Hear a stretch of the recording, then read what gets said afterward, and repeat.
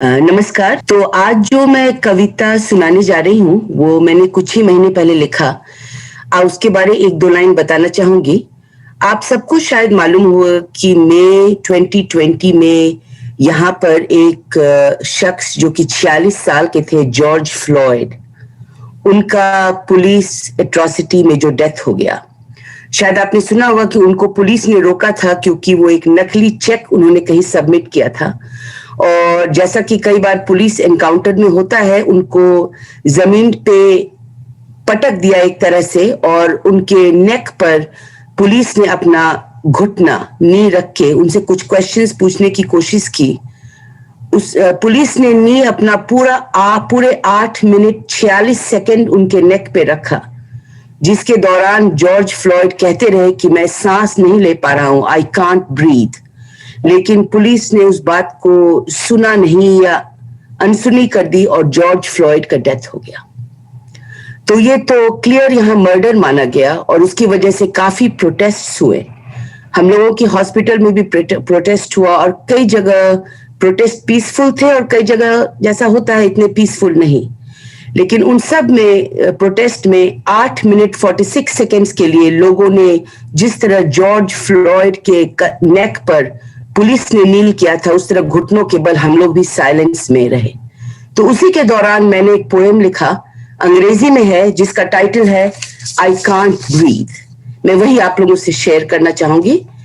I am not a poet, तो जो भी गलतियां हों उन सबको माफ कर देंगे। सुनाई दे रही है मेरी आवाज, राइट? जी कुकू जी, बिल्कुल सुनाई दे रही है, please. Wonderful, okay. I can't breathe. George Floyd's death hurt me. I was wounded. But when I first saw it on TV, I felt I could not breathe. But this was not the first time that I had felt suffocated. This was not the first time I had felt the want of air. This had happened to me before, too numerous a time to count. This had happened to me with every murder like that of Floyd's. Each time I had choked, shed some tears, taken a deep breath, and hoped things would improve. But that was in vain. I think that was a waste because nothing changed. Nothing much happened. But that is not all. I have gagged each time I read of a female feticide. I gasp on hearing of rape and murder, and I shudder on hearing of gang rapes. I feel strangled on learning of dowry deaths, and a little part of me dies each time I hear of bride burning, and each time I hear of a father commit suicide after the wedding of his darling daughter because of dowry. And yes, I have found it difficult to breathe on hearing people pray for the birth of a male child.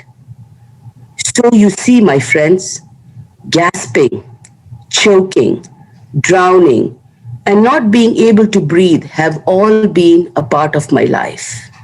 And almost each time I have tried to do my little part, and each time I have failed. But this time, I feel different. I feel we have all done our little parts.